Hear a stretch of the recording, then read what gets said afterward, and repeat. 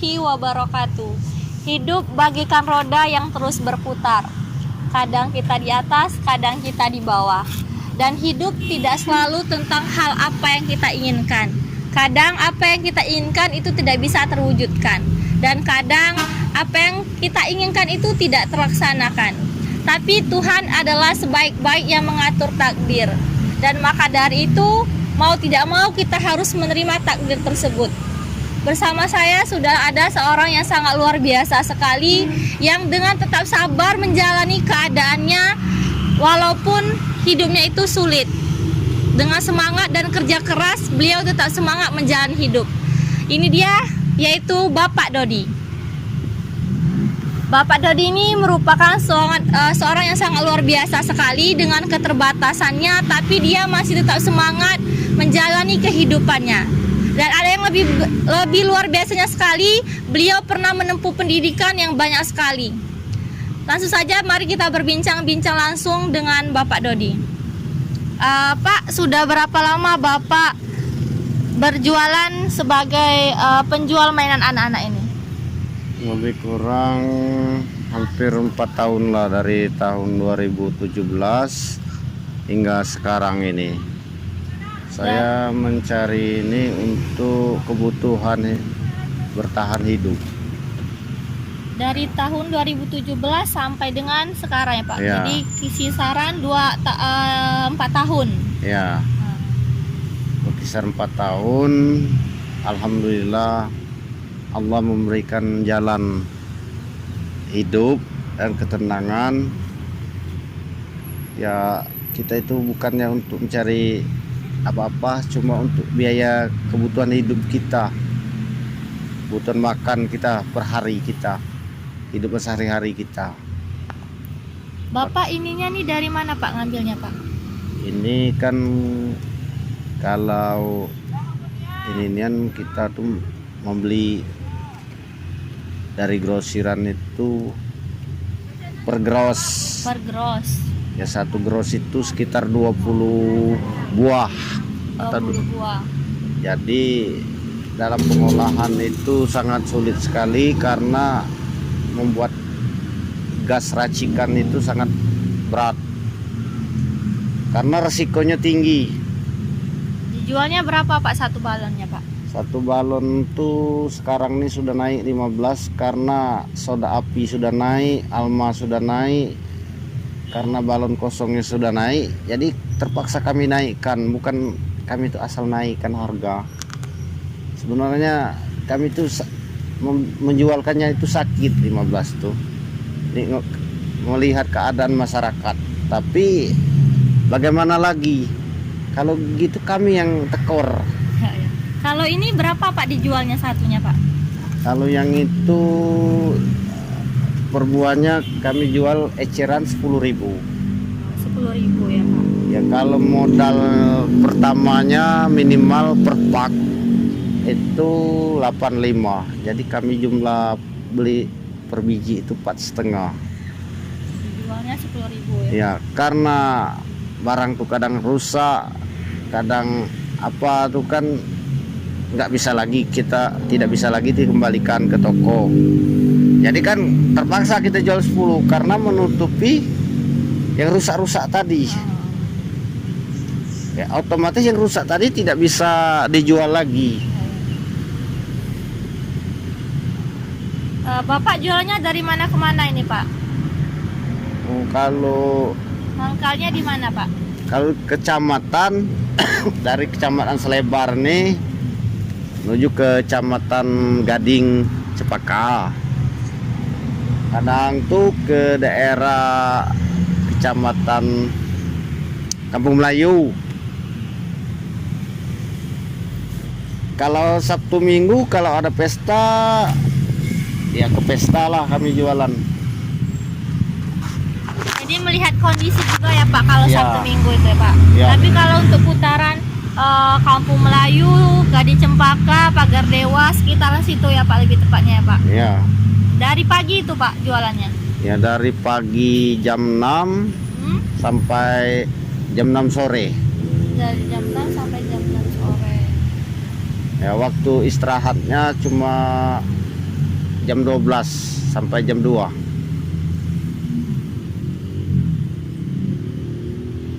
Pak, mohon maaf, apa boleh Pak diceritakan kenapa Bapak sampai bisa berjualan ini? Terus tangannya itu gimana Pak? Awal mula Bapak seperti itu Pak? Awal mula saya umur 8 tahun dulu terjadilah saya jatuh manjat pohon duku waktu itu. Ya, jadi karena umur 8 tahun ini orang tua saya itu tidak bisa mengurus saya waktu itu karena dia sibuk dengan pekerjaannya. Patah tangan jatuh tadi. Nah, tidak ada yang ngurus patah tangan tadi selama 3 bulan. Akhirnya membusuk.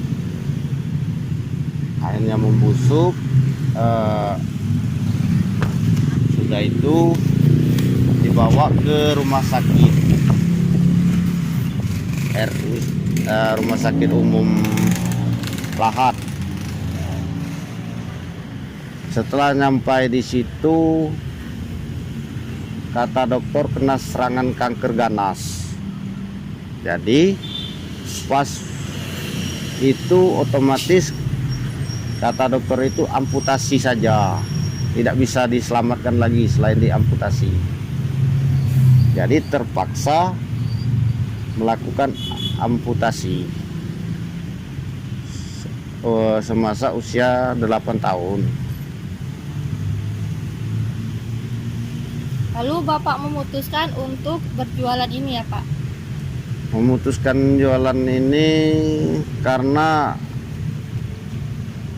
daripada menganggur lebih baik ya kita mencari yang halal saja. Oh ya Pak, katanya Bapak dulu pernah bersekolah ya, dan pernah ngajar di Jakarta ya Pak, benar itu Pak? Ya, alhamdulillah saya dulu habis SMA itu sekitar tahun 2001. Otomatis saya di kampung jadi bertani. Pas itu ada lowongan pembiayaan pendanaan dari dinas sosial. Dari dinas sosial memberi bantuan. Alhamdulillah saya tercapai kuliah sampai diploma 2. Sampai diploma 2 ya Pak? Komputer di Bina Dharma Palembang pada tahun 2004, selesainya sekitar tahun 2006 akhir. Nah, pas tahun 2007 saya melanjutkan perjalanan merantau ke Jakarta, mengabdikan diri di Yayasan Kebajikan Hazana tahun 2007 sampai tahun 2008. Di sana saya mengajar sebagai guru TIK, teknologi ilmu komputer. Karena saya merasa kurang ilmu, saya mengambil D3 bahasa asing di Kebajikan Hazana. Kalau waktu mengajarnya siang, jadi waktu kuliahnya malam. Jadi waktu tidur itu sedikit sekali karena fokus kerja dan belajar, beribadah. Yang namanya yayasan itu pasti beribadah. Tidak mungkin kita tidak melaksanakan ibadah, apalagi kita seorang muslim. Jadi waktu disitulah saya ada rasa tekanan, timbul rasa tekanan sangat berat sekali. Karena pekerja pun juga tidak seberat itu, karena kalau pekerja itu kan malamnya istirahat. Iya. Kalau ini non-stop istilahnya. Kenapa saya katakan non-stop? Karena malam itu selesainya sekitar jam 4 subuh. Pulang kuliah harus sholat tahajud. Pulang tahajud, kajian untuk para tunanetra.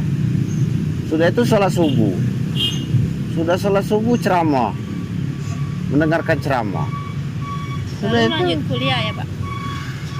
belum, sedikit sekali kita tidur tuh, paling dari jam 6 ke jam 8. Jam 9 kita berangkat sekolah mengajar. Jadi gimana kita istilahnya untuk istirahatnya? Jadi karena itu Bapak memutuskan ke sini ya Pak? Ya, itulah saya memutuskan merantau ke Bengkulu ini untuk menjadi pedagang kecil-kecilan, usaha mikro, usaha kecil menengah ke bawah lah. Nah, kalau boleh tahu Pak, penghasilannya ini berapa nih Pak dari penjualan mainan anak-anak ini Pak? Ya kalau hari-hari biasa nih sekitar 50.000 atau 30.000. Tapi kalau hari pesta bisa nyampe 500 atau 300.000. Karena Kurang. banyak juga anak-anak ya Pak kalau di Ya. pesta itu ya Pak? Karena banyak yang membeli. Karena hari biasa ini tidak terlalu banyak anak-anak. Anak-anak sekolah ya Pak mungkin? Ya, sibuk aktivitas sekolah, belajar di rumah. Tapi kalau hari pesta itu kan otomatis keluarga yang punya pesta itu anak-anaknya pasti kan datang, yang namanya keluarga dekatnya. Jadi otomatis dia melihat kita jualan mainan seperti balon argon ini, balon cair ini atau mainan, otomatis dia membeli. Sifat anak-anak ini satu, kalau sudah beli temannya satu pasti beli semua. Iya, iya, iya. Misalnya Bapak sendiri tuh kan kita sudah diserang pandemi kurang lebih hampir 2 tahun ya Pak, dari tahun 2019. Apakah pendapatan Bapak menurun Pak dari adanya pandemi ini? Otomatis menurun. Iya. Tetapi alhamdulillah Tuhan masih memberkahi rezeki kita itu. Saya mengantar ke rumah-rumah. Oh, mengantar ke rumah-rumah ya Pak? Ya, ke daerah perumahan Gading itu kan anak-anaknya tidak keluar rumah.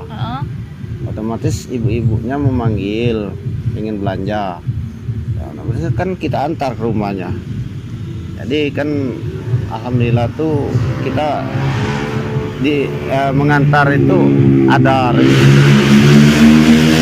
Pak, kalau dari pemerintah sendiri ada nggak sih Pak bantuan yang diberikan untuk Bapak dari pemerintah? Kalau pandemik ini dari pemerintah alhamdulillah sudah ada kemarin tuh berupa sembako. Cuma sebatas itulah. Cuma sebatas sembako ya Pak? Iya. Berapa kali itu dapatnya Pak? Selama pandemik 3 bulan tuh setiap bulan 1 kali. Oh, dulu tapi itu Pak? Ya dulu waktu pertama pandemik corona. Iya, kalau sekarang itu nggak ada lagi Pak? Itu sekarang nggak ada lagi. Mungkin situasi keadaan sekarang ini beda. Oke Pak, terakhir Pak, kalau dilihat sekarang ini orang-orang tuh udah banyak sekali pada malas-malasan, sedangkan Bapak di tengah keterbatasan Bapak yang ada kekurangan, tapi Bapak luar biasa sekali, sangat menginspirasi Pak, masih semangat untuk berjualan. Tolong Pak berikan motivasi, inspirasi kepada para pemuda sekarang atau kepada orang-orang yang pada saat ini hanya meminta saja sedangkan Bapak kerja keras. Berikan motivasinya Pak. Oke, terima kasih. Saya akan menjelaskan. Karena pada prinsipnya orang itu ada unsur keterpaksaan. Karena mengapa mereka itu yang malas-malas itu masih ada orang tua yang bisa memberinya. Coba kalau dia keluar dari kota Bengkulu ini, merantau kota lain, gimana rasanya mencari uang? Tapi karena di kota dia sendiri masih banyak sanak keluarganya, gimana dia mikir nanya pengen nyari? Dia hanya mengharap meminta, meminta itulah. Tidak ada motivasi, oh ya, ini hasil aku, tidak ada hasil apapun. Tapi karena itu kan termasuk prinsip seseorang. Jadi prinsip seseorang ini berbeda-beda. Karena malas ini banyak unsurnya. Karena kenapa? Karena dia itu tidak pernah merasakan sakit pedihnya gimana orang tuanya mencari uang, mencari nafkah. Dia kan tidak pernah merasakannya. Jadi dia terpaksa, tidak ada unsur keterpaksaan tadi, otomatis dia malas. Oke, baik ya Pak. Jadi itu ya harus memikirkan orang tua kita ya Pak. Untuk orang-orang yang malas-malasan, jangan malas-malasan lagi. Kita harus semangat untuk bekerja keras dan membanggakan orang tua kita. Terima kasih Pak atas waktu yang telah diberikan. Saya semoga Bapak sehat-sehat selalu dan banyak rezekinya. Terima kasih Pak. Itu tadi yang kita wawancara singkat bersama Pak Dodi, orang yang sangat luar biasa sekali. Terima kasih untuk kebersamaannya. Wassalamualaikum warahmatullahi wabarakatuh.